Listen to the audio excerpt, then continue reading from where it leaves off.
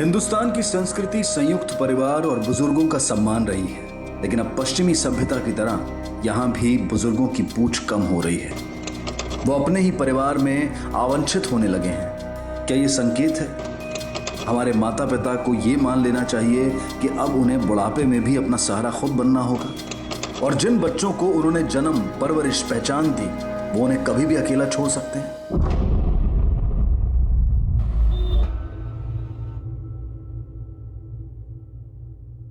बेटा, अगर आप मुझे सब कुछ बताओगे ना, तो मैं आपको प्रॉमिस करता हूं, आपकी मम्मी आप पे बिल्कुल भी गुस्सा नहीं करेंगी। बोलो,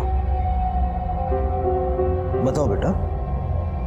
दादू को बहुत सारा खून निकला था। दादू का खून हर जगह फैला हुआ था। सर, इसके दादाजी के डेथ को तो 15 दिन हो चुके। आज पता नहीं क्यों ये अचानक डर कर चिल्लाने लगा। नाम क्या है इसके दादाजी का? जानकी दास कनौजिया।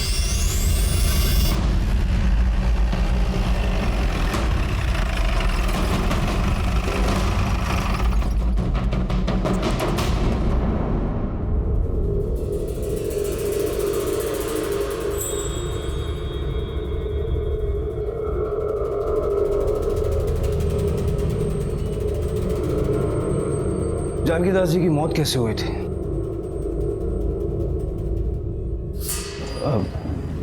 सर 15 दिन पहले उन्हें हार्ट अटैक आया था। अगर उनकी हार्ट अटैक से मौत हुई थी तो ये बच्चा अंबर किस खून की बात कर रहा है? और दो बच्चों को खून खराबे वाले वीडियो गेम खेलने के लिए। अब देख लिया सर, हर जगह खून नजर आ रहा है उसको। अच्छा, आपके पास जानकी दास जी का डेथ सर्टिफिकेट तो होगा, जरा दिखाएंगे? हाँ, वो तो सर वो हमारे मोटा भाई हरीश जी के पास है। वो सूरत गए हुए हैं, कल लौटेंगे। ठीक है, जैसे लौटते हैं उन्हें पुलिस स्टेशन आने के लिए बोलिएगा।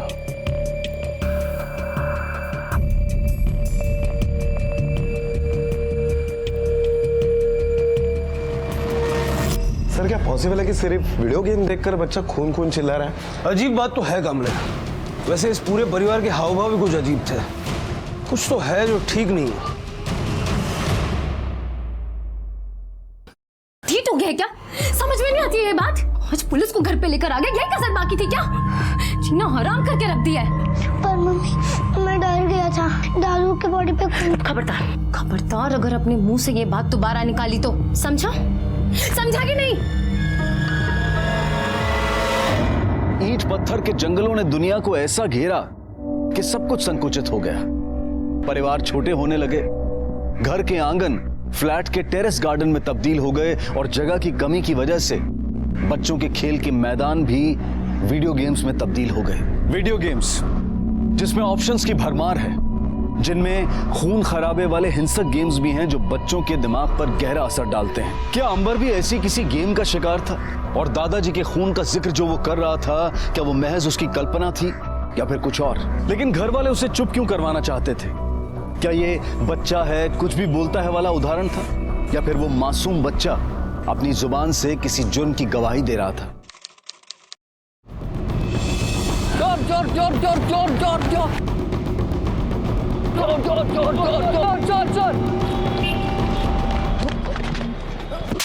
कौन मारता है? कहाँ पर है?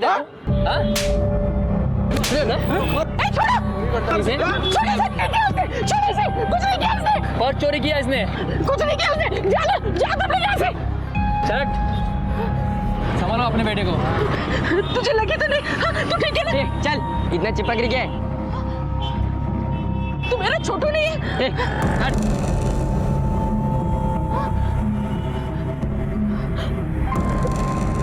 कहाँ चला गया मेरा छोटू?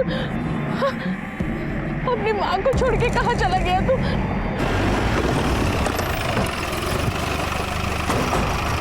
सर, एक आदमी का फोन आया था। उसने बताया कि जानकी दास का खून हुआ है, और ये बात उसके बेटे ने दबा दी है। फोन करने वाले ने नाम क्या बताया? नहीं सर, इतनी इन्फॉर्मेशन देके उसने फोन काट दिया। जरा पता करो ये फोन कहां से आया था, किसने किया? Okay sir. कमले, पहले अंबर और अभी एनोनिमस कॉलर, कुछ तो कॉम्प्लिकेशन है इस केस में।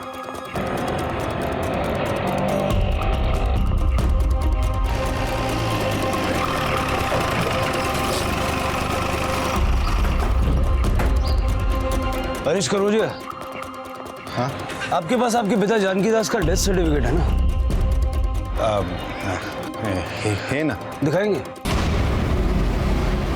देखिए, आप भी कहाँ बच्चे की बातों में आके बखेड़ा खड़ा कर रहे हैं। देखिए, बात सिर्फ छोटे बच्चे की नहीं है। हमारे पास एक फोन आया था और फोन करने वाले ने भी यही कहा कि जानकी दास जी की मौत नेचुरल नहीं थी।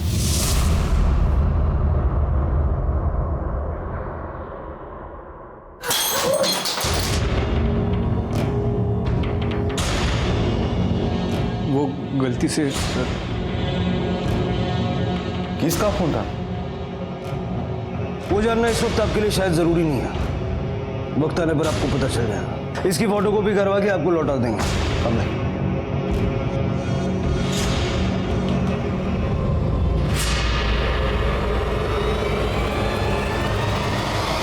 कमले, मुझे अभी भी यकीन नहीं हो रहा है कि जानकी दास की डेथ नेचुरल थी। काम करो, पड़ोसियों से जरा पूछताछ करो और उस डॉक्टर के बारे में पता करो जिसने डेथ रिपोर्ट बनवाई। अगर वो डॉक्टर यहीं कहीं आसपास का है तो हो सकता है पड़ोसी भी उसे जानते होंगे।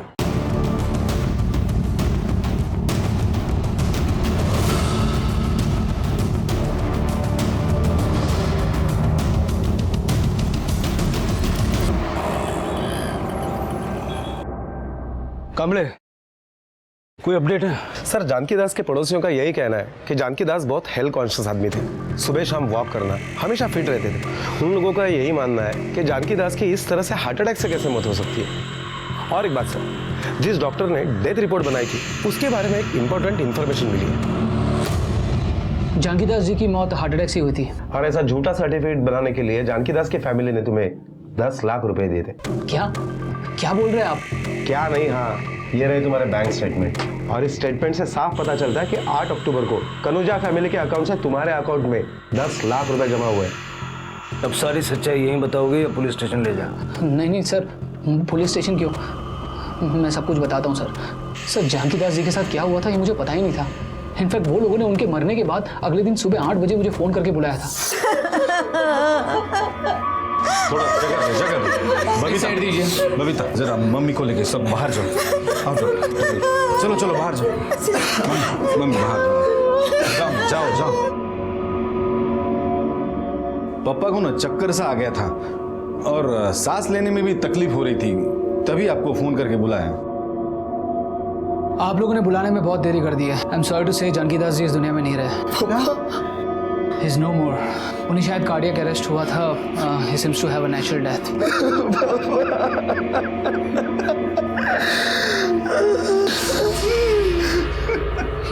ये क्या है?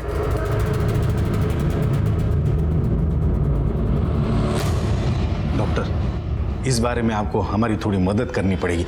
देखो, ये सच छुपाने में आपको जो कीमत चाहिए ना, मैं दूंगा ना। देखिए, दिस इज वेरी अनएथिकल। मैं ऐसा कुछ भी नहीं करने वाला, समझे? डॉक्टर, आप जरा सोच के जवाब दो ना डॉक्टर, जल्दी नहीं है। आपके क्लिनिक के बारे में सोचो, उसके जो 4 इंस्टॉलमेंट देना बाकी है उसके बारे में सोचो। आपने वो इंस्टॉलमेंट नहीं दिए ना तो बैंक आपका क्लिनिक छीन लेगी, आप सड़क पे आ जाओगे। डॉक्टर, जरा सोचो, परिवार के बारे में सोचो। सर्टिफिकेट बनाते वक्त बॉडी को देखा तो होगा तुमने? कितना वक्त हुआ था मरे हुए? डेड बॉडी की कंडीशन देखकर तो ऐसे ही लग रहा था कि कम से कम 10 से 12 घंटे पहले मौत हुई होगी। सुबह कितने बजे बुलाया था? सर 8 बजे बुलाया था। मतलब 5 तारीख की रात को 9 से 12 के बीच मर्डर हुआ। हेलो सर, जानकी दास कनौजिया मर्डर केस के बारे में जो फोन आया था वो बोधन शहर के पीसीओ से आया था। सर, ये बोधन शहर महाराष्ट्र और तेलंगाना के बॉर्डर पर पड़ता है। हमने पता किया पर फोन करने वाले के बारे में कोई जानकारी नहीं मिली। ठीक है, ले चलो इसको। सर इतना चौंकने की जरूरत नहीं है, जो तुमने किया वो भी क्राइम ही है। चलो, तुम तीनों ने मिलके जानकी दास का कत्ल किया और उसके बाद डॉक्टर से फर्जी डेथ सर्टिफिकेट बनवाया। अब ये बताओ, जानकी दास का कत्ल तुम में से किसने, क्यों और कैसे किया? सर, हम सच कह रहे हैं सर, हम में से किसी ने पापा का खून नहीं किया। अच्छा, फिर ये झूठा डेथ सर्टिफिकेट बनवाने की जरूरत क्या पड़ी? जब जानकी दास का कत्ल हुआ तुम कहाँ थे? मैं सर अपने दोस्तों के साथ पत्ते खेल रहा था। सुबह तक वहीं थे? हाँ नहीं एटला ये हाँ नहीं समझने में मुझे ज्यादा वक्त नहीं लगेगा। बेहतर यही होगा कि सच बोलो। सच तो ये है कि उस दिन मैं बहुत हार रहा था सर। मेरे तो पैसे भी खत्म हो गए थे। पैसे लेने के लिए घर पहुंचा तो देखा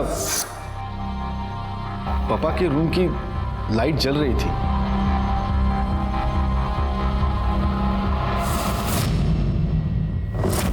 जिस वक्त आपके पति अपने दोस्तों के साथ थे उस वक्त आप कहाँ थी? उस वक्त मैं और सासू माँ जगराते में थे, सुबह वापस आए थे। तुम कहाँ थे? सर मैं, मेरी बीवी शालिनी और मेरा बेटा अंबर, हम तीनों गरबा खेलने गए थे। वहाँ से आते आते हम लोगों को बहुत लेट हो गया था, तो तब तक पापा सो गए थे। शुई का वजह मजा आ भी नहीं आज। अरे शालिनी, लगता है पापा लाइट ऑन करके ही सो गए। जा जिन्हें बंद कर आओ। और सुन, आवाज मत करना, उनकी नींद उड़ जाएगी। ठीक है।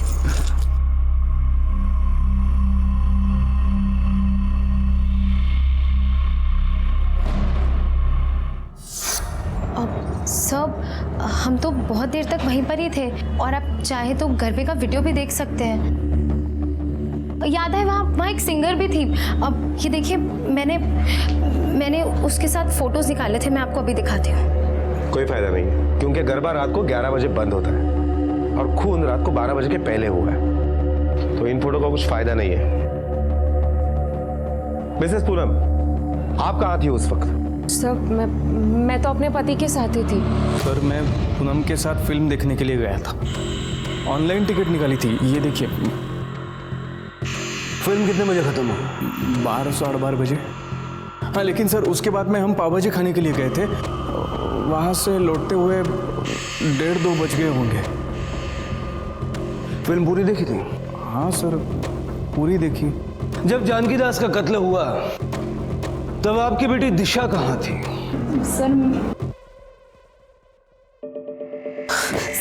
वो दिशा तो उस वक्त घर पर ही थी और ये तो सो भी गई होगी, क्योंकि ये 9 बजे तक सो जाती है सर। 9 बजे कौन सोता है, वो भी आजकल के बच्चे। ये बात कुछ हजम नहीं हुई। खैर इतना तो साफ हो गया कि जब जानकी दास का कत्ल हुआ तब दिशा घर पर ही थी। बड़ी ताज्जुब की बात है कि घर में खून हुआ और तुमने कुछ सुना भी नहीं। सर ये तो बच्चे, इन्हें किस बात की चिंता कि इन्हें नींद ना आए। ये तो गहरी नींद में सोते हैं और इसके कान पे अगर ढोल भी बजाए ना तब भी ये ना उठे। सर मैं उस दिन घर पे थी ही नहीं।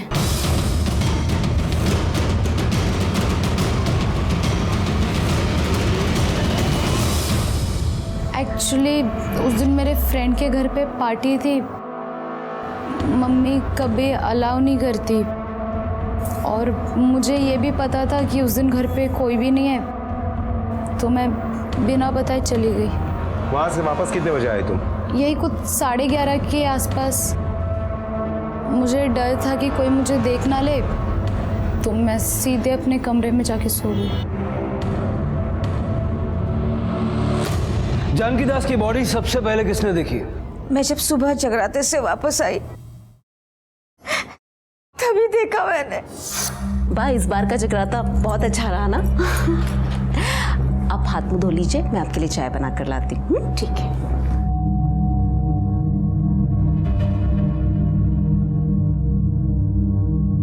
अरे 7 बज गए, आप अभी तक उठे नहीं?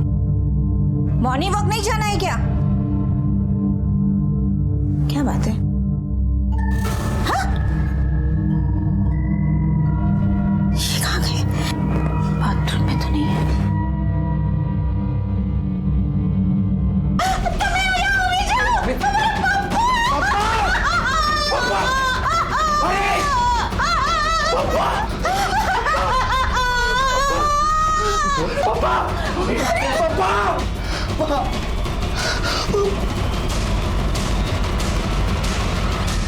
सर हम लोग बहुत डर गए थे सर कि अगर हम पुलिस के पास गए तो पुलिस हम में से किसी पर ही शक करेगी और जब भी पापा का मर्डर हुआ तो हम में से कोई एक पापा के साथ अकेला था घर पे।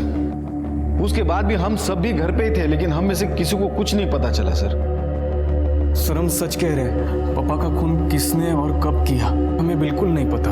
हाँ सर, और हमारे घर में सिर्फ खून ही नहीं हुआ, चोरी भी हुई है। ये स्नेहल की गाड़ी घर के बाहर ही पार्क होती थी सर, वो भी गायब है।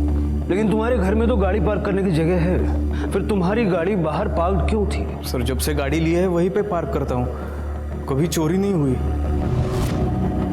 जानकी दास का मर्डर किसने और क्यों किया है ये तो हम पता लगा ही लेंगे, लेकिन इस हत्या के बारे में तुम लोगों ने हमसे छुपाया और जानकी दास की बॉडी को क्रिमेट भी कर दिया। इस जुर्म में तुम लोग अंदर जाओगे।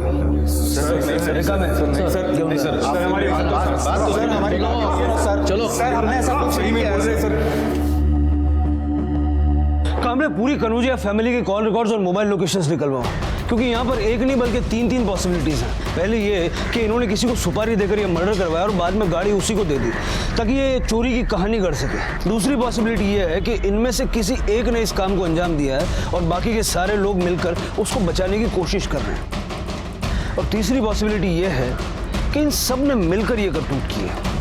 कमले, पता लगा वो गाड़ी कहाँ है? Okay sir. इसको कहीं देखा है? ये मेरा बेटा है। हाँ एक बार। अरे यार, ए दादा इसे देखो ना, कहीं देखा है? ये मेरा बेटा छोटू है। हाँ कहीं नहीं देखा है। एक बार ध्यान से देखो ना, शायद कहीं देखा होगा, पता नहीं कहाँ चला गया। ओ भैया देखो तो सही एक बार इसको। अरे हाँ, पागल है क्या रे? दूंगा रख के। अगर नहीं देखा बोला ना। ए, क्या चल रहा है ये देखो ना, पागल औरत है ये, कब से छोटू करके पीछे पड़ी है, पागल लगती है। कौन है छोटू? किसे ढूंढ रही हो? मुझे नहीं पता कौन है छोटू। देखा ना साहब, बोला था ना पागल है।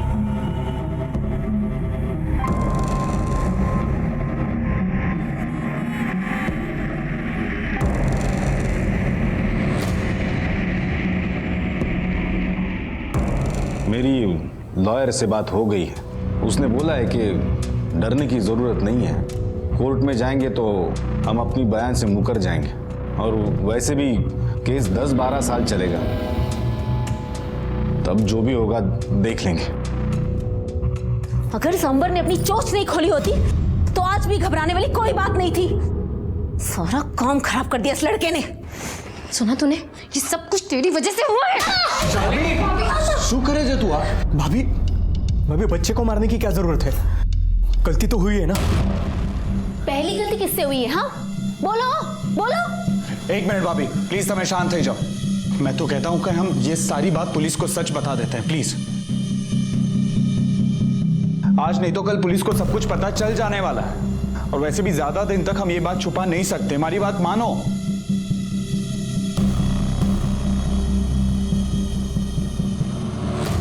पुलिस के मुताबिक तीनों बेटों ने या फिर तीनों में से ही किसी एक ने जानकी दास का कत्ल किया था, लेकिन फोन लोकेशन के मुताबिक उस रात की मौजूदगी के बारे में सबके बयान सच थे। सुपारी देकर कत्ल करवाने की बात भी खारिज हो चुकी थी, क्योंकि किसी के भी कॉल रिकॉर्ड्स में ऐसा कोई संदिग्ध नंबर नहीं मिला था, और स्नेहल की कार मुंबई से नागपुर तक के हर सीसीटीवी फुटेज में दिखाई दी थी।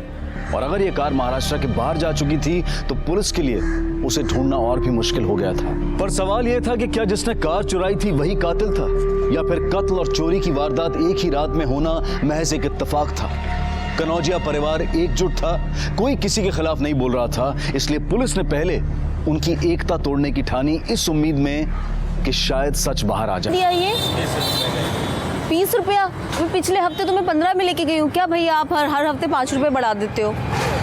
आपके पति मुसीबत में है, फंस गए वो। कैसी मुसीबत सर? जुए के चक्कर में फंस गए हैं क्या? मैंने कितना समझाया था उन्हें, लेकिन उससे भी बड़ा मामला है। शालिनी और पूनम ने हमें बताया कि जानकी दास का कत्ल हरीश ने किया। नहीं, ऐसा नहीं बोल सकती वो, और मैं नहीं मानती कि दिलीप ऐसा कर सकते हैं। लेकिन बबीता और पूनम के मुताबिक दिलीप एक ऐसा है जो जानकी दास को मार सकता है। जानकी दास के साथ उसकी कभी नहीं बनती थी, हमेशा प्रॉब्लम में रहता था, और इसीलिए जानकी दास को मारकर उसने प्रॉब्लम को ही जड़ से मिटा दिया, है ना? लेकिन पापा को स्नेहल से कोई प्रॉब्लम नहीं थी, बल्कि पापा तो स्नेहल को सबसे ज़्यादा मानते थे। लेकिन ये दोनों झूठ क्यों बोल रहे हैं कि स्नेहल ने ही पापा का खून किया? अरे मैंने ऐसा कुछ बोला ही नहीं है। आप दोनों झूठ बोल रहे हो। आप सब लोग मिलकर मेरे पति को फंसाना चाहते हो। मैं नहीं, तुम दोनों मिलकर हरीश पे इल्जाम लगा रही हो। एक मिनट, मैं कुछ बोल ले रही हूँ, इसका मतलब ये नहीं कि आप दोनों मुझ पर और मेरे पति पर इल्जाम लगाते जाओगे। इसका मतलब आपने जरूर कुछ ना कुछ बोला होगा, तभी ये सब कुछ। अरे मेरा दिमाग खराब हो गया था तो मैं कुछ भी बोल दूंगी। मैं जानती हूँ ये सब किसने किया है। तुम्हें शर्म नहीं आई पापा का खून करते हुए? उस दिन जब ये पापा से झगड़ा कर रहा था तो मैंने सब कुछ सुन लिया था।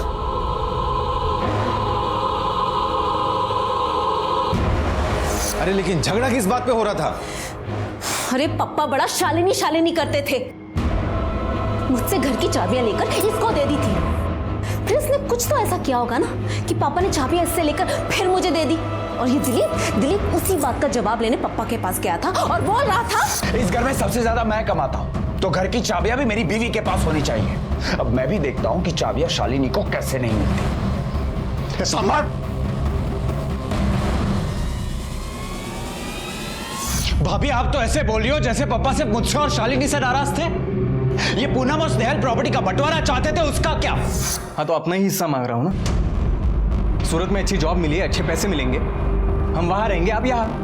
हमें अपना हिस्सा दे दीजिए और बात खत्म कीजिए। तो सूरत जाके अमेरिका, जब तक मैं जिंदा हूं ना प्रॉपर्टी के हिस्से नहीं होने दूंगा। आपके मरने का कौन वेट करेगा? अरे कुछ ना कुछ रास्ता तो निकालना ही पड़ेगा। गुस्से में बोलने का ये मतलब नहीं कि सच में मार दिया। क्यों? अब क्या हुआ? तुम तो बड़ा कहती हो ना कि मेरा पति जो कहता है वो करके दिखाता है। क्यों? आप तो ऐसे बोल रही हो जैसे आप बहुत दूध की धुली हो। भूल गई? पापा ने हरीश भाई को पैसे चुराते हुए तिजोरी से देख लिया था।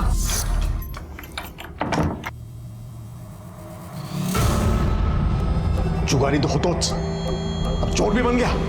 अरे पापा, मैं चोरी नहीं कर रहा था, वो किसी का उधार देना था ना, इसलिए ले रहा था।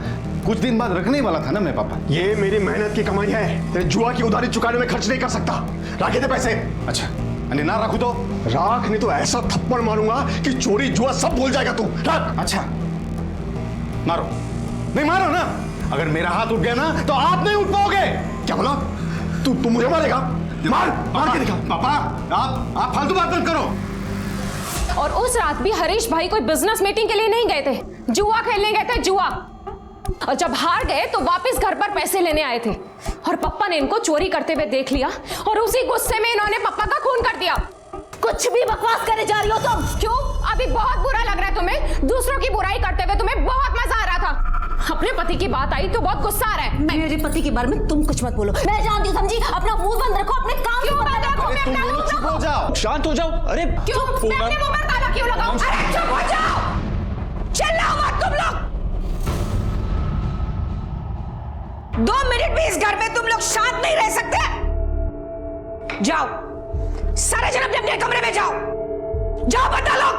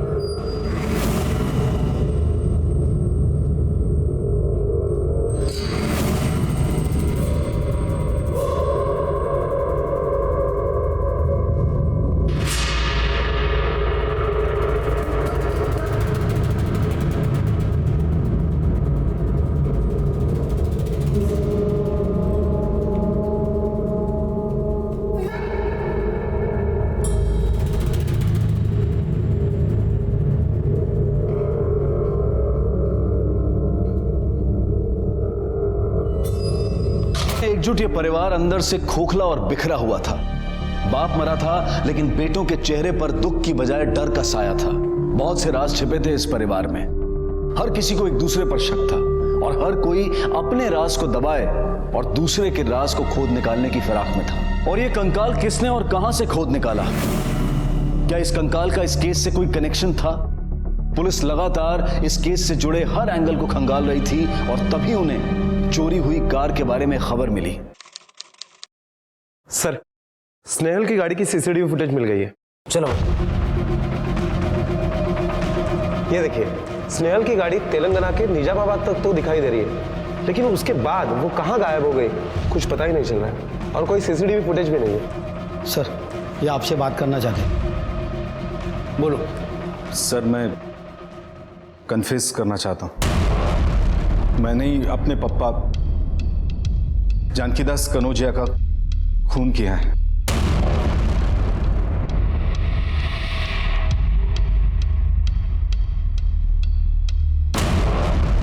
सर, 5 अक्टूबर की रात को मैं जुए में बहुत हारा था। मेरे पैसे खत्म हो गए तो मैं पैसे लेने घर गया।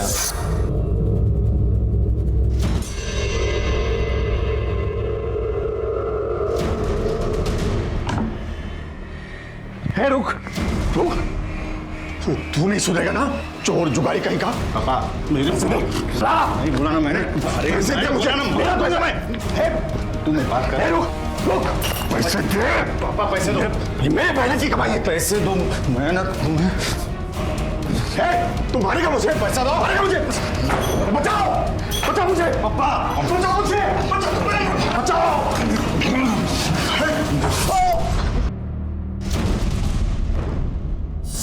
कामड़े पहले ये जानबूझकर झूठ बोल रहा था और अब जानबूझकर सच के नाम पर झूठ बोल रहा है। अगर सच भी बोल रहा है तो अचानक ऐसा क्या हुआ कि इसकी अंतरात्मा जाग उठी और इस तरह से पुलिस स्टेशन पहुंच गया? कामड़े, जब तक इसके खिलाफ कोई सबूत नहीं मिल जाता हम इस पे केस रजिस्टर नहीं कर सकता, क्योंकि जिस तरह से अचानक आकर इसने कन्फेशन किया है उसी तरह से ये कोर्ट में मुकर भी सकता है। और मुझे नहीं लगता कि ये अपने गिल्ट की वजह से यहाँ आया है। इसके फैमिली में जरूर कुछ ना कुछ हुआ है। जरा पता करो माजरा है क्या। Okay sir.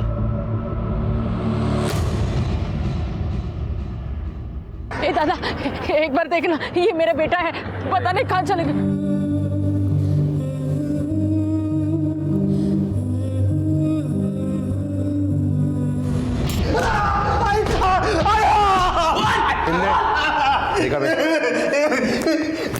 देख, प्यार से सब कुछ सच बोल दे, वरना जितने भी पैसे तूने दिलीप से वसूले हैं ना, सारे तेरे इलाज पे ही खर्चे हो जाएंगे।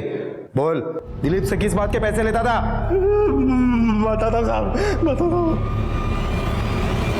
मैंने एक वीडियो क्लिप बनाया था शालिनी का। तुम मेरे सामने कपड़े बदलो, मैं तुम्हारा वीडियो लेता हूँ। क्या? हाँ। तुम पागल हो गए हो? अरे इसमें पागल होने वाली क्या बात है? हाँ, आजकल तो ये हर कोई करता है। अच्छा, आई प्रॉमिस कि मैं ये वीडियो डिलीट कर दूँ। थोड़ी पाछड़ जाना प्लीज, थोड़ी पाछड़। सर, मैं वो क्लिप डिलीट करना भूल गया और उसके 2 दिन बाद मेरा फ़ोन चोरी हो गया सर। और फिर मेरा फ़ोन जिसको मिला सर, वो मुझे ब्लैकमेल करने लगा। उसने कहा कि अगर तू मुझे पैसे नहीं देगा तो फिर मैं तेरी ये क्लिप इंटरनेट पे डाल दूंगा। तो सर, मैं उसे हर महीने पैसे देता रहा। रिका में ये है वो आदमी जो आपको ब्लैकमेल करता था। इसके कंप्यूटर पे हमें वो क्लिप मिली है। आपको इसके खिलाफ केस डालना होगा ताकि इस पे एक्शन लिया जा सके। हाँ सर, मैं तैयार हूँ। सर, एक्चुअली मैं तो पापा के खून के बारे में भी आप लोगों को बताना चाहता था, लेकिन मेरी सुनता कौन है? जब 3 महीने पहले हमारे घर में चोरी हुई तभी भी मैंने कहा था कि पुलिस में जाता है। 3 महीने पहले भी आपके घर चोरी हुई थी? हाँ सर। और ये बात भी आपने पुलिस से छुपाई? किसने की थी चोरी? सर, ये अनिल है, ये हमारे यहाँ पे ड्राइवर था। ये सुंदर है, ये कुक था। और ये सुनील, ये घर के सारे काम करता था। सर, हमारे यहाँ जो चोरी हुई थी वो इन तीनों ने मिलकर की, ऐसे हमें शक था, तो हमने इन्हें काम से निकाल दिया। साहब, हमने कोई चोरी नहीं की है। ये गंदा इल्ज़ाम हम पे लगाया और हमको नौकरी से निकाल दिया। साहब, मुझे तो शक इन घर वालों पे है। इनमें से ही किसी ने माल अंदर किया और इल्ज़ाम हम पे लगाया।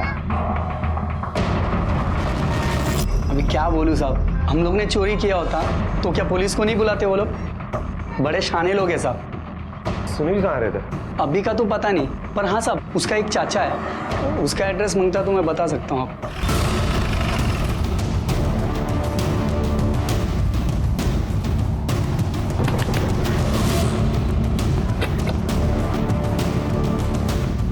सुनील कहाँ है? मालूम भी साहब किधर गया? अभी तो 2 महीने हो गए, उसकी कोई खबर भी नहीं है। उसकी माँ भी बेचारी रोज रोज उसको ढूंढने जाती है।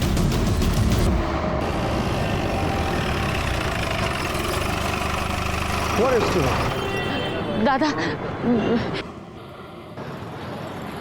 बेटा कहाँ है तुम्हारा? कहाँ है सुनील? पता नहीं साहब, वो कहाँ है। साहब मेरे बेटे को मत पकड़िए, उसने कुछ भी नहीं किया। मेरी बात पर विश्वास किया, मेरे बेटे ने कुछ भी नहीं किया। तुमसे किसने कहा कि मुझसे पकड़ने के लिए आया?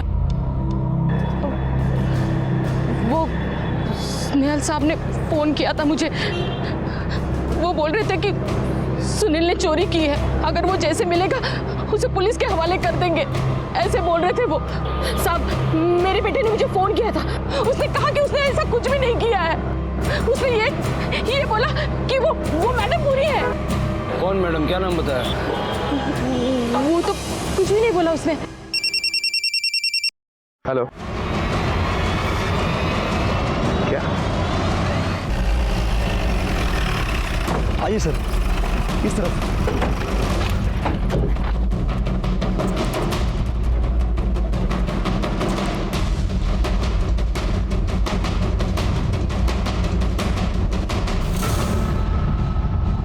सर ये तो स्नेहल कनौजिया है।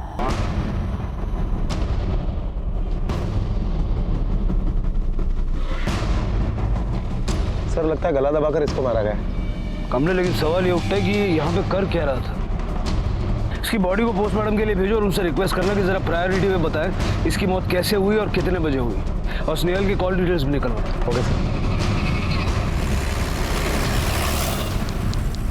सर। एक्सपर्ट्स के मुताबिक स्नेहल की मौत सुबह 10 से 11 बजे के बीच में हुई थी, और स्नेहल के कॉल रिकॉर्ड के मुताबिक मरने से 1 घंटे पहले उसे एक लैंडलाइन से फोन भी आया था।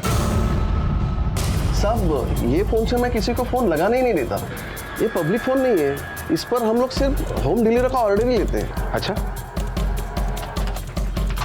रिकॉर्ड देखिए, इसमें साफ दिखाई दे रहा है कि कल रात को 9:30 बजे इसी फोन से फोन किया गया था। अगर आपने नहीं किया था तो फिर किसने किया था? अरे हाँ, ये टाइम पे पराग भाई ने एक कॉल किया था, बहुत रिक्वेस्ट कर रहे थे वो।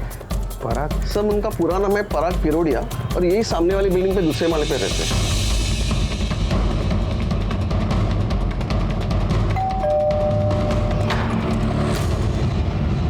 पराग?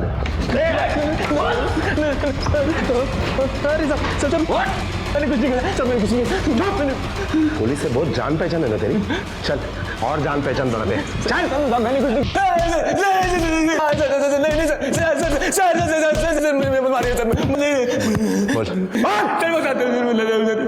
बताता हूँ सर मेरा पूनम का सर अफेयर था सर। उसने कहा कि स्नेहल को रास्ते से हटा दे तो जिंदगी भर ऐश करेंगे। मैंने सोचा कि सर पूनम अपने माँ बाप की इकलौती औलाद है सर, उसके ससुराल का और उसके मायके का दोनों का हिस्सा मिला के बहुत बनता है सर। मैं इसकी बातों में आगे सर मुझे माफ कर दो। सर बात करना और अफेयर करना तो बहुत दूर की बात है। मुझे नहीं पता ये पराग है कौन, और ये झूठ बोल रहा है। मैं नहीं जानती कौन है ये आदमी। सर पहले उसने मुझसे स्नेहल का मर्डर करवाया, और इससे पहले सर वो खुद भी एक मर्डर कर चुकी है सर। किसका? सर उसके ससुराल में एक नौकर था, छोटू, उसका सर। ओ भैया, इसको कहीं देखा? ये मेरा बेटा है।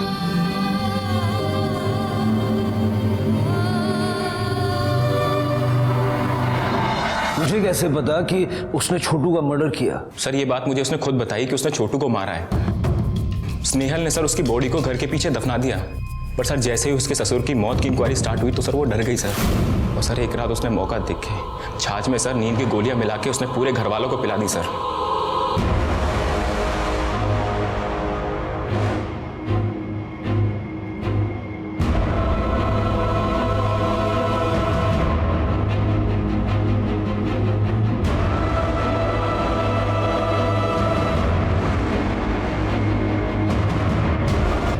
सर मैं उसको मारना नहीं चाहती थी, वो मेरे साथ जबरदस्ती करने की कोशिश कर रहा था, तो मैं अपने आप को बचाने के चक्कर में। झूठ बोलने की कोशिश मत करो। तुमने उसे इसलिए मारा क्योंकि वो तुम्हारे और पराग के बारे में जान गया था, है ना? हाँ, मैंने उसे मारा क्योंकि वो मेरी सच्चाई जान चुका था और वो सबको सच्चाई बता देता। आप आपने निकलवाया ना मुझे काम से, आपने निकलवाया ना मुझे काम से। मैं तुम्हें क्यों निकलवाऊंगी? तुम तीनों में से किसी ने एक ने चोरी की होगी, इसलिए सबने मिलकर तुम्हें घर से बाहर निकाल दिया। आपकी वजह से हुआ ये सब, आपने निकलवाया ना मुझे काम से। अब आप देखो कि मैं भी आपको कैसे इस घर से धक्के मार के निकलवाता हूँ। मैं अभी के अभी स्नेहल साहब को जाके आपके और पराग के बारे में सब कुछ सच बता दूंगा। धमकी दे रहे हो तुम मुझे? हाँ ठीक है, अब छोटू मेरी बात सुनो। मेरी कोई बात नहीं सुनूंगा मैं आपकी।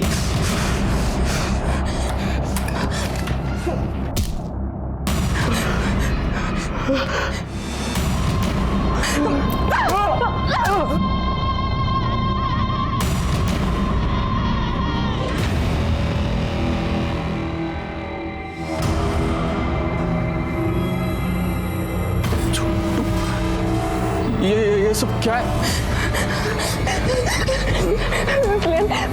मैंने छोटू को जानबूझ के नहीं मारा, वो मेरे साथ जबरदस्ती करने की कोशिश कर रहा था, तो मैंने बचने के लिए। प्लीज मुझे बचा लो, मैंने कुछ नहीं किया, प्लीज मुझे बचा लो। और फिर मैंने और स्नेहल ने मिलकर उसकी लाश को घर के पीछे गाड़ दिया। और उसके बाद छोटू के मर्डर के अकेले विटनेस को भी तुमने मरवा दिया। अब ये बताओ, अपने ससुर को क्यों मारा तुमने? नहीं सर, मैंने अपने ससुर को नहीं मारा है, और मुझे नहीं पता कि उनको किसने मारा है और क्यों मारा है। सर मेरा विश्वास कीजिए, मैंने उनको नहीं मारा है।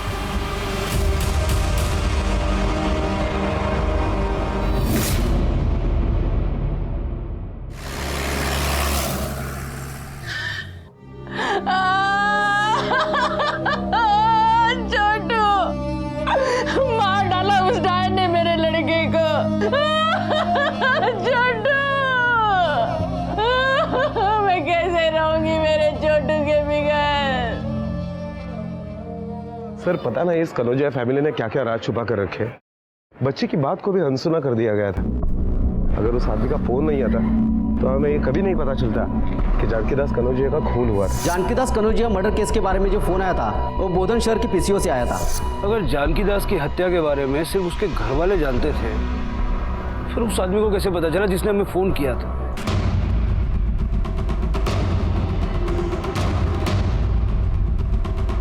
बोधन सर, बोधन तो तेलंगाना के निजामाबाद डिस्ट्रिक्ट में आता है। निजामाबाद? वहीं पर स्नेहल की गाड़ी आखिरी बार देखी गई थी।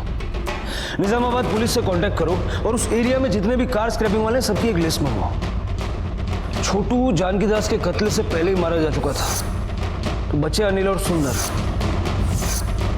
जरा पता करो इन दोनों में से तेलंगाना कनेक्शन है किसका। Okay sir. अरे मारो, बताता हूँ साहब, मैंने जानकीदास साहब का खून किया। क्यों? साहब मुझ पे झूठा इल्जाम लगाया चोरी का और मुझे नौकरी से निकाल दिया, जबकि मेरे बेटे के कैंसर के इलाज के लिए पैसे की जरूरत थी मुझे। मेरा बेटा मर गया साहब, इसलिए मुझे जानकीदास पे बहुत गुस्सा था। अरे तू यहाँ? तेरी वजह से मेरा बच्चा मर गया, आज तुझे मरना पड़ेगा। बचाओ,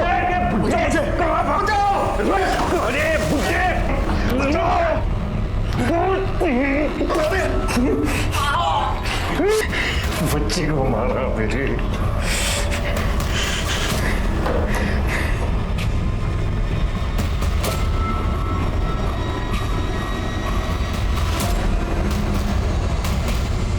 गाड़ी की चाबी पड़ी थी, मैंने वो चाबी उठा ली और गाड़ी लेके गया, निजामाबाद तक गया साहब, और वहां जाके स्क्रैप वाले को बेच दी मैंने गाड़ी।